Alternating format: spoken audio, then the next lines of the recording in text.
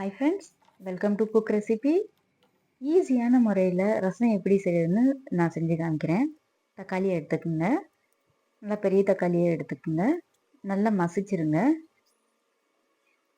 பூண்டு எடுத்துக்கோங்க, பூண்டு நல்லா நசுக்கிக்குங்க. இது எப்போ யூஸ் ஆகும்னா, உங்களுக்கு கரண்ட் இல்லாத நேரத்தில் சீக்கிரமாக ரசம் செய்யணும். ஆனால் கரண்ட்டு இல்லைன்னா இந்த முறையில் செஞ்சு பாருங்கள். ரொம்ப ஈஸியாகவும் டக்குன்னு ஒரு 5 நிமிஷத்தில் ரெடி பண்ணிடலாம். ஒரு அரை எலுமிச்சம்பழம் சைஸில் புளியை எடுத்துக்கோங்க, புளியை கரைச்சிக்குங்க, தண்ணி ஊற்றி ஊற வச்சு கரைச்சிருங்க. ரசத்தை இந்த மாதிரி நான் சொல்கிற முறையில் செஞ்சு பாருங்கள். அதிகபட்சம் 5 நிமிஷம்தான். ரசம் கரண்ட் இல்லட்டாலும் பிரச்சனை இருக்காது. நம்ம ஈஸியாக ரசம் செஞ்சிடலாம். தக்காளி மசிச்சு வச்ச தக்காளியில் கரைச்சி வச்ச புளியை சேர்த்துக்குங்க. நல்லா தண்ணி சேர்த்து நல்லா கரைச்சி எடுத்துக்கோங்க.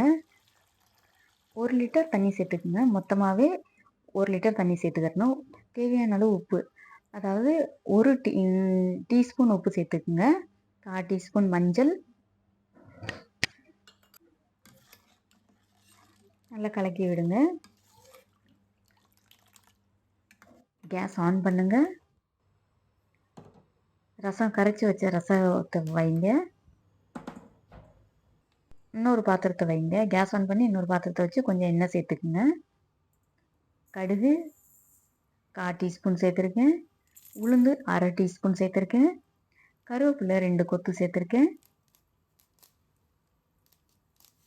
நல்லா வதக்குங்க. இதில் என்ன ஸ்பெஷலாக செய்ய போகிறேன்னா, பூண்டை நான் வதக்க போகிறேன். பூண்டை ரொம்ப நேரம் இல்லை, 1 நிமிஷம் வதக்கினா போதும். ஏன் வதக்குறேன்னா, யாருக்காவது அல்சர் இருக்குது, இல்லை வயிறில் ஏதாவது பிரச்சனை இருக்கையில் ரசம் குடிக்கையில் வயிறு வலிக்க ஆரம்பிக்கும், இல்லை வயிறு பெரட்ட ஆரம்பிக்கும்.